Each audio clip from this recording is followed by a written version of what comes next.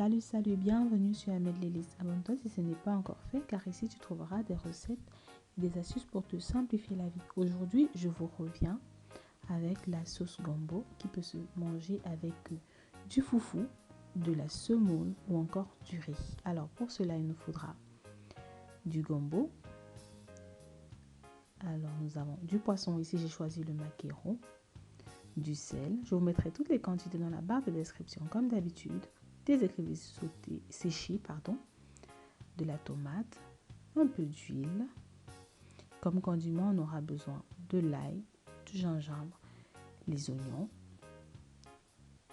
du céleri, du poireau, de la fausse noix de muscade qu'on appelle au Cameroun le pébé, du poivre blanc et du cube. Alors ça c'est la potasse ou encore appelée selgem ou kanwa. On en parlera un peu plus en avant. Alors j'ai lavé découpé tous mes condiments que je vais écraser avec la tomate. Je vais réserver pour la suite de ma préparation. Pour le gombo, je l'ai lavé et puis je vais couper les bouts des extrémités. Quand le gombo il est frais, on n'a pas besoin de couper l'extrémité, la pointe qui est très molle. Mais comme là c'était surgelé, j'étais pas très sûre, alors j'ai préféré les tailler. Alors là, après je vais couper grossièrement mon gombo que je vais passer au moulinex pour la suite de la préparation avec un peu d'eau. Alors j'ai coupé comme ça et je mets là, j'ai divisé en deux avec juste un peu d'eau et là je passe et bon, je vais réserver pour la suite de ma préparation, mais en ajoutant mon ingrédient qui est la potasse. Alors ici elle me sert à garder la couleur verte du gombo premièrement, et deuxièmement à rendre le gombo encore plus visqueux.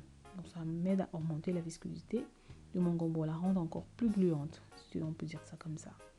J'ai mis vraiment très peu, environ une pincée. Il ne faut pas aussi trop en mettre, sinon elle va couvrir le goût de tous les ingrédients.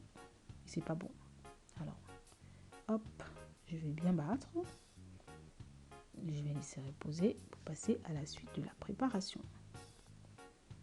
Alors là, je vais nettoyer mon poisson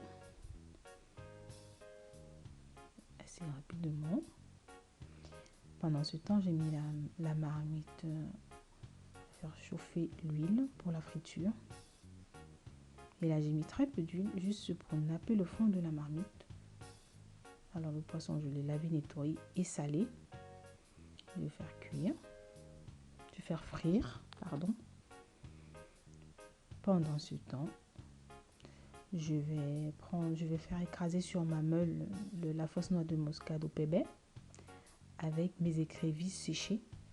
Vu qu'ils étaient très peu, alors je préfère les passer comme ça, qui me serviront à bien assaisonner, à rehausser le goût de ma sauce. Alors le poisson il est prêt. J'ai essayé de le dorer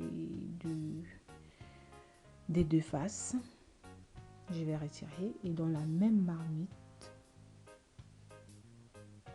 je vais mettre les oignons que j'ai coupés grossièrement avec les condiments que j'ai écrasés avec la tomate précédemment. Je vais laisser cuire environ 10 à 15 minutes. Ensuite, je vais ajouter les écrevisses, le sel, le cube et de l'eau. Alors, la quantité d'eau, ça dépend vraiment de vous. Moi, j'aime quand elle est assez lourde. Mais si à la fin de la préparation, vous vous rendez compte qu'elle est trop lourde, vous pouvez y ajouter de l'eau chaude. Uniquement de l'eau chaude, parce que de l'eau froide, ça va, comme on dit en Afrique, ça va couper la sauce. En fait. Alors, j'ai mis le poisson, ensuite le gombo.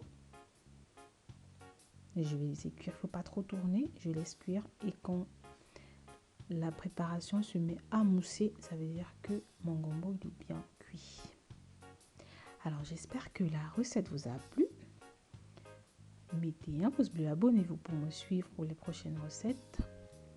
Et je vous dis à la prochaine recette.